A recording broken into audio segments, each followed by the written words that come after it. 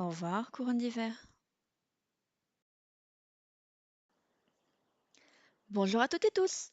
Je suis super contente de vous retrouver aujourd'hui pour un projet DIY qui est sur ma liste des choses à faire depuis 3 4 semaines maintenant et qui aura pris un peu de retard parce que c'est le genre de DIY où je n'ai qu'une vague idée de départ et sur lequel je vais pas mal improviser, ce qui fait qu'il faut que je sois sûre d'avoir plusieurs heures devant moi sans interruption. Et comme à présent, j'ajoute en plus la composante vidéo, je préfère aussi profiter de la lumière du jour pour filmer.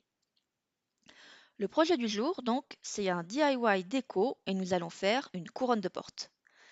Les couronnes de porte, c'est quelque chose qui n'est pas trop dans notre culture, c'est beaucoup plus courant aux USA notamment, où ils peuvent en avoir pour toutes les occasions, que ce soit les saisons, les événements, du type la Saint-Valentin, la fête nationale, toutes les excuses sont bonnes.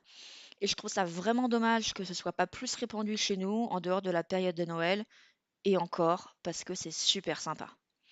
Personnellement, c'est quelque chose que j'aime beaucoup. C'est une façon de se sentir chez soi avant même d'avoir franchi le seuil de la porte. Ça vous souhaite une bonne journée quand vous vous en allez et ça vous accueille à votre tour.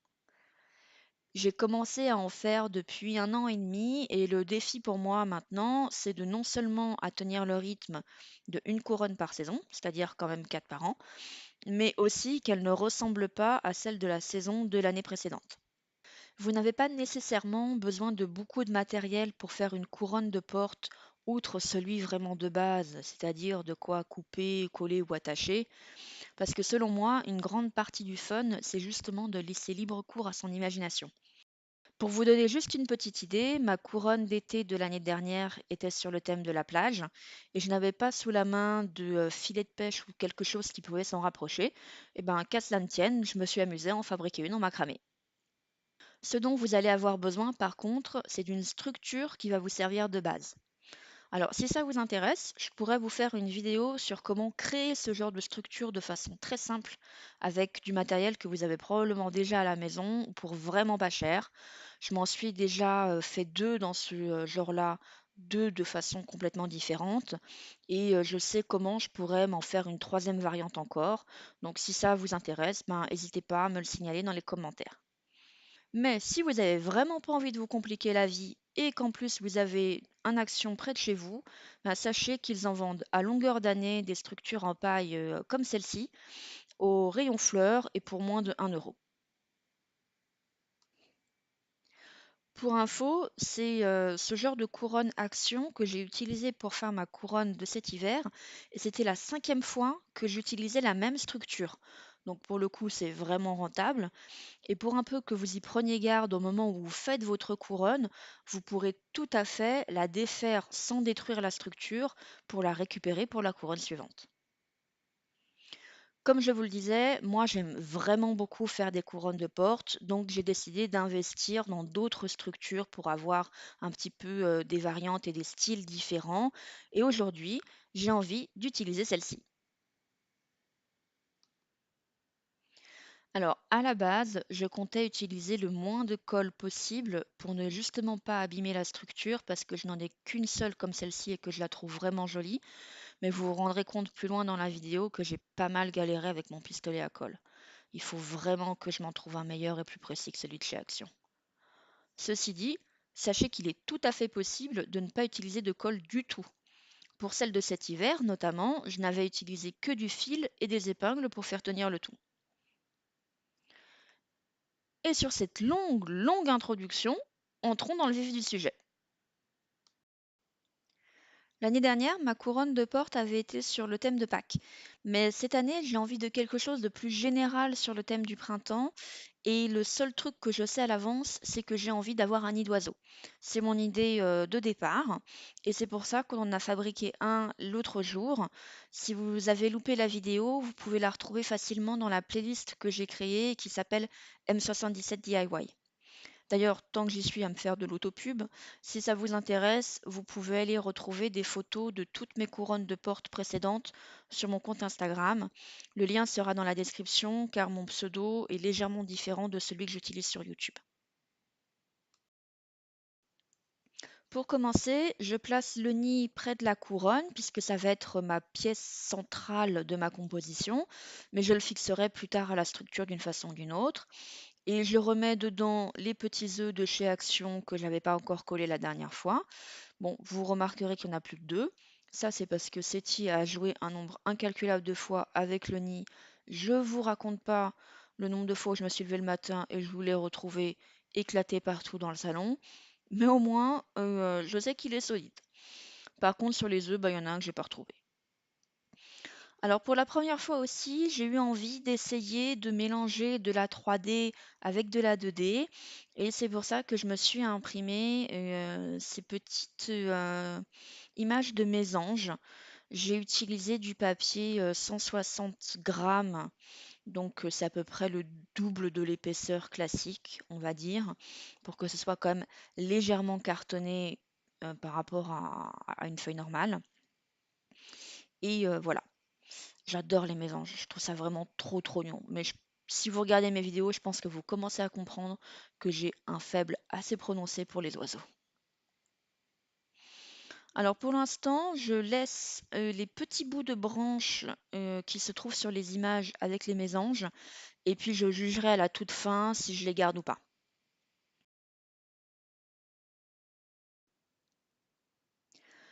Ensuite, j'ai fait le tour de ce que j'avais chez moi et j'ai rassemblé ce qui pourrait éventuellement me plaire. Je mets souvent de la végétation dans mes couronnes, qu'elles soient vraies ou fausses, mais là je pars plutôt avec l'idée de fleurs artificielles. Alors je sors tout, je les place autour de ma couronne pour me faire une idée, si ça me plaît ou pas, ce qui pourrait aller bien ensemble, quelle couleur de fleurs se marierait bien avec les mésanges, faire des petits rappels de couleurs. Ces fleurs jaunes, par exemple, ça rappelle le ventre des mésanges. Le blanc, ça peut faire un petit rappel aussi avec leur visage. Bref, je fais des essais, je cherche l'inspiration.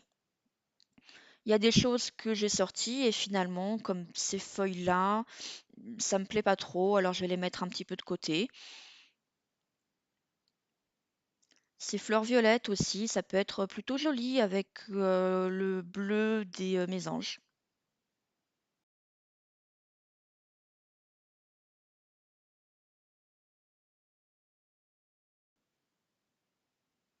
Faut vraiment rester ouvert à toutes les possibilités. Par exemple, vous voyez ces branches de feu eucalyptus, je les avais mises de côté parce que je me disais que ça faisait bien fourni et que du coup ça ferait sans doute très joli sur ma couronne. Mais maintenant que je commence un petit peu à placer les éléments, je m'aperçois que bah, elles sont complètement en plastique, alors que les autres fleurs et feuilles artificielles, c'est plus de type tissu. Et bah, finalement, je le sens pas trop. Je trouve que ça se marie pas très bien ensemble. Donc du coup, bah, je vais le mettre de côté aussi, et puis je continue de tâtonner.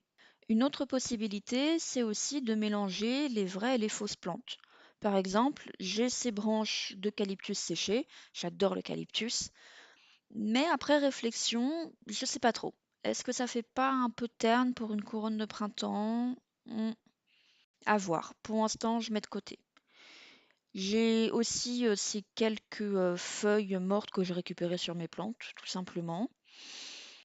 J'ai également ces grandes feuilles, toujours séchées, qui pourraient être pas mal. En plus, elles pourraient me permettre de camoufler un petit peu les tiges des fleurs artificielles.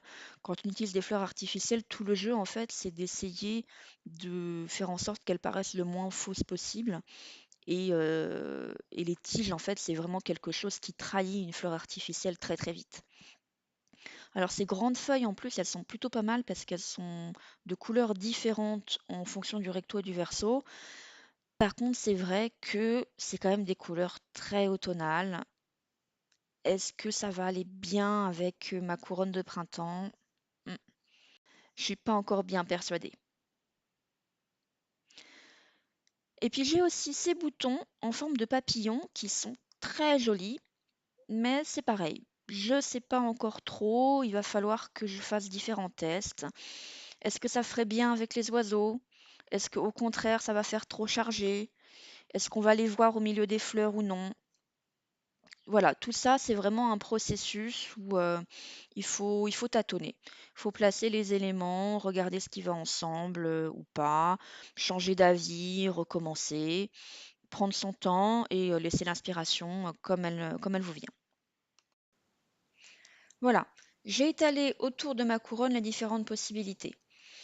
Pour cette couronne, j'ai vraiment envie de garder la structure apparente le plus possible, pas faire comme pour ma couronne d'hiver par exemple que j'avais complètement recouverte. Là, j'ai envie qu'elle fasse partie intégrante de la composition. Et donc, bah, maintenant, je vais commencer à jouer avec tous mes éléments et essayer de voir comment je peux les placer autour de ma couronne de façon harmonieuse. Je commence déjà à avoir un petit peu une idée. Vous allez voir qu'il y a certains éléments, notamment les oiseaux, globalement, ils ont leur position définitive.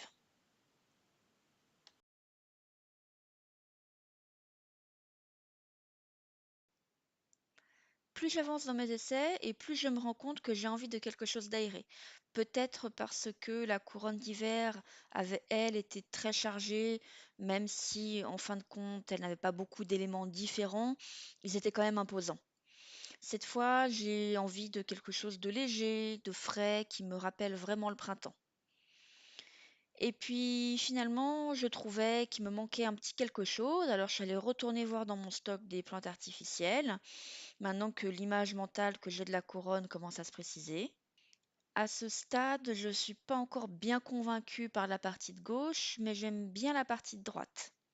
Et comme je vois que la tige de certaines plantes est trop épaisse et que je ne vais pas réussir à la placer ou à la camoufler comme je veux, eh ben je coupe ce dont j'ai besoin. Tant pis. Je pense que ça en vaudra la peine à la fin. Je ressors mes papillons en bouton de tout à l'heure et après quelques essais, je m'aperçois que c'est pile ce qui me manquait à gauche. Par contre, ça déséquilibrerait la composition si j'en mettais aussi à droite. Je passe rapidement tous mes boutons en revue pour sélectionner quelle couleur de papillon je veux et surtout combien. Ensuite, j'ai le choix. Au départ, je pensais les coller, voire les coudre, puis j'ai comme un flash. Peut-être parce que ce sont des boutons, mais je me souviens que j'ai du fil de fleuriste vert et je vais m'en servir non seulement pour fixer les papillons sans colle, mais en plus pour apporter davantage de dimension à ma création. Une fois que je suis satisfaite de ma composition, ce que j'aime bien faire, c'est de prendre quelques photos pour me souvenir où tout doit se trouver, puisque je vais tout retirer pour passer au collage et à la fixation. Ça me permet d'avoir une référence parce que quand vous commencez à réfléchir à dans quel ordre les choses doivent être fixées, c'est facile de plus savoir comment étaient placés les éléments et surtout à quelle distance les uns des autres.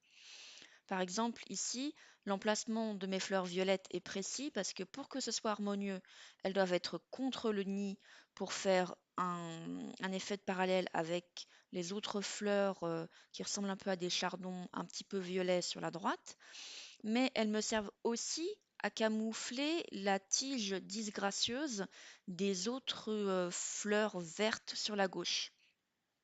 Et comme le nid devrait être placé en dernier, avoir une image de référence pour vraiment bien évaluer la distance et l'emplacement de toute la composition, c'est vraiment très utile pour éviter de se tromper.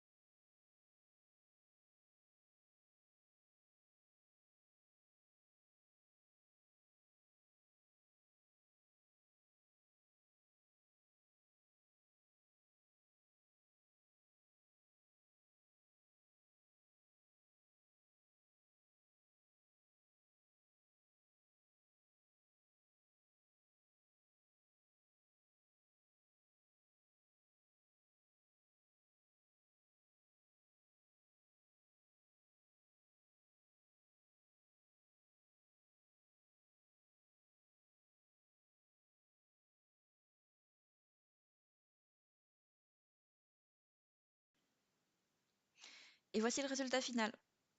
Au total, le projet m'aura pris environ 2 heures si je ne compte pas les aléas techniques, et avec l'introduction, je me suis retrouvée avec un peu moins de 3 heures de film. J'espère avoir réussi à réduire ça pour trouver le bon équilibre entre une vidéo pas trop longue, mais tout de même informative.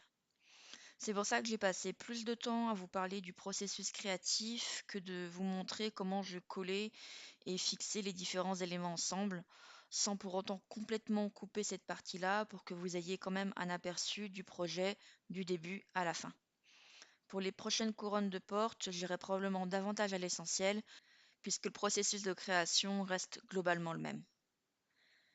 J'espère que cette vidéo vous aura plu et qu'elle vous aura donné envie de vous lancer dans la conception de couronne de porte. Vous verrez qu'une fois qu'on s'y met, on y prend goût très vite. N'hésitez pas à me laisser un petit commentaire, un pouce en l'air ou à vous abonner. Et sur ces bonnes paroles, et en attendant de vous retrouver dans une prochaine vidéo, je vous propose d'aller voir le résultat final en conditions réelles. À bientôt sur ma chaîne!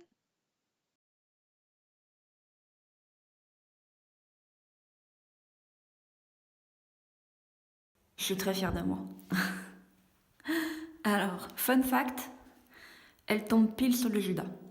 Donc du coup, elle bouche la vue.